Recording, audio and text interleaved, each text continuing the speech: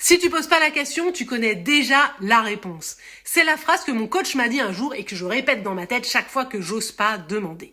Par peur du rejet, parce qu'on veut pas déranger, par peur d'avoir l'air bête, on préfère garder notre question, notre demande pour nous, on s'auto-censure. Et du coup, on se retrouve dans le pire scénario possible, celui du non. Si tu poses pas ta question, t'as déjà ta réponse et c'est un non, ok? Quand on est entrepreneur, au contraire, il faut développer cette super compétence que j'appelle le pouvoir de la question. La magie qu'il se passe quand on ose demander. Je sais pas dans la vie s'il y a un moment où on passe de l'enfant qui pose plein de questions et qu'on a rien à foutre de saouler tout le monde à cet adulte, cet adolescent, même ce préadolescent, mon Dieu, qui a peur de déranger, de pas être aimé, qui se dit que c'est faible, de pas savoir quelque chose, d'avoir besoin des autres.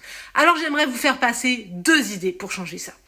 1. La dynamique de donner-recevoir est dans nos gènes. Oui, dans nos putains de gènes. Et on partage ces gènes avec le chimpanzé, monsieur, madame, ok. Il y a des études qui ont montré qu'il y a un plaisir spontané à donner un coup de main. Véridique, vraiment, c'est scientifique. Donc, de pas oser demander, c'est peut-être aussi priver quelqu'un du plaisir de contribuer et d'avoir sa place dans le groupe, de se sentir utile. Tu avais pensé ça ? Ensuite, demander, c'est pas exiger, ok? C'est la différence entre une demande, requête que l'autre est libre d'accepter ou non, et une exigence, ok? Ordre qui génère souvent des réactions négatives et de la résistance, on est d'accord, ok?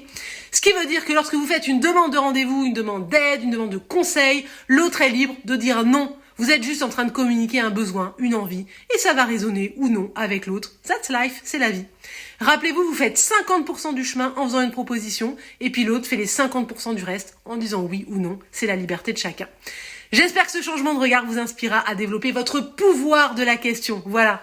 Cette claque est directement inspirée d'un audio mindset qu'on partage à nos membres pendant le premier challenge du programme Grow. Alors j'en profite pour te faire un petit rappel à l'action.